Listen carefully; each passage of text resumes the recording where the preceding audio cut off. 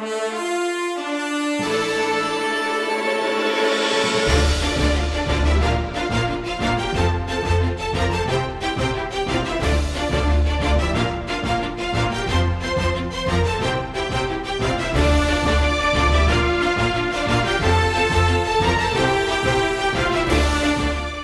cède la parole à Monsieur le directeur du Centre régional d'investissement. Merci.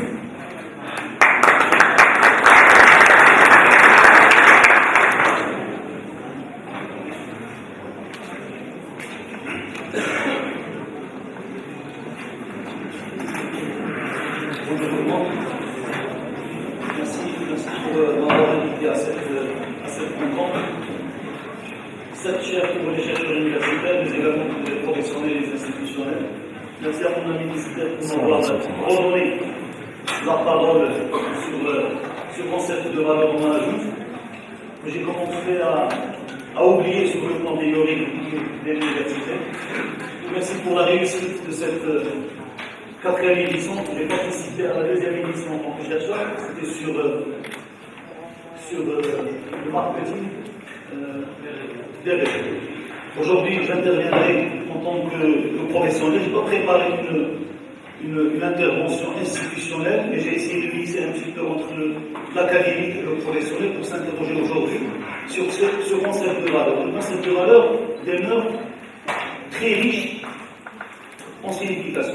Plusieurs chercheurs, académiciens, mais également dans les sciences exactes, ont adopté le concept, ont essayé de le définir, de le conceptualiser et de le mesurer.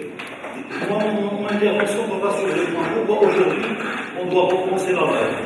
Je réponds rapidement pour dire à ces slaids pour qu'on enlève les parenthèses, parce qu'il faut vraiment le repenser, non pas le penser pour des raisons majeures.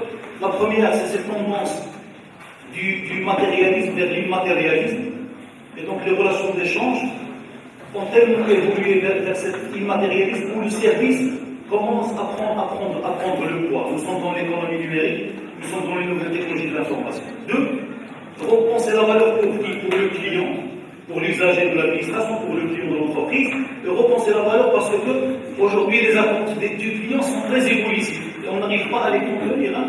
Dans l'administration, on a du mal à contenir les besoins de l'usager et l'entreprise a du mal à contenir les besoins du client. Et donc, il faut toujours rester alerté par rapport aux attentes du client. Il faut toujours repenser la valeur comme j'ai dit pour le client, parce que si on ne repense pas la valeur, on aura du mal à commercialiser le produit et on aura du mal à commercialiser le territoire pour l'usager, pour l'investisseur ou pour la cible de façon générale. Bon, au niveau du CIR, je voudrais revenir sur deux points fondamentaux. Le premier point, quand on repense la valeur, on la repense par rapport à deux choses. La première des choses, c'est notre cœur métier et notre vocation.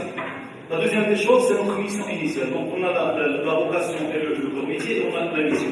Et on constatera rapidement que cette notion de valeur change de nature et de mesure.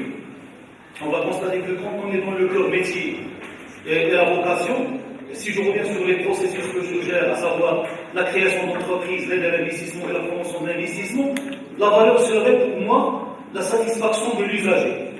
Et sa mesure serait la performance mesurée en termes de délai. Donc, on parle de la valeur à l'usager et on la mesure par une performance liée à un délai. Donc, repenser la valeur, c'est un travail au quotidien qui serait de simplifier les procédures, d'introduire les nouvelles technologies pour que la satisfaction de l'usager augmente et les délais de création d'entreprise se réduisent.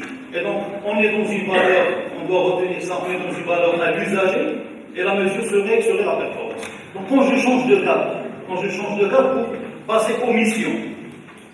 pour passer aux missions, qui sont la création de la richesse par l'augmentation de l'investissement et les emplois à créer dans le territoire de l'oriental, la notion de la valeur change, parce qu'il deviendra une valeur économico-sociale, et sera mesurée par notre contribution au produit intérieur brut et aux emplois créés au niveau de la région.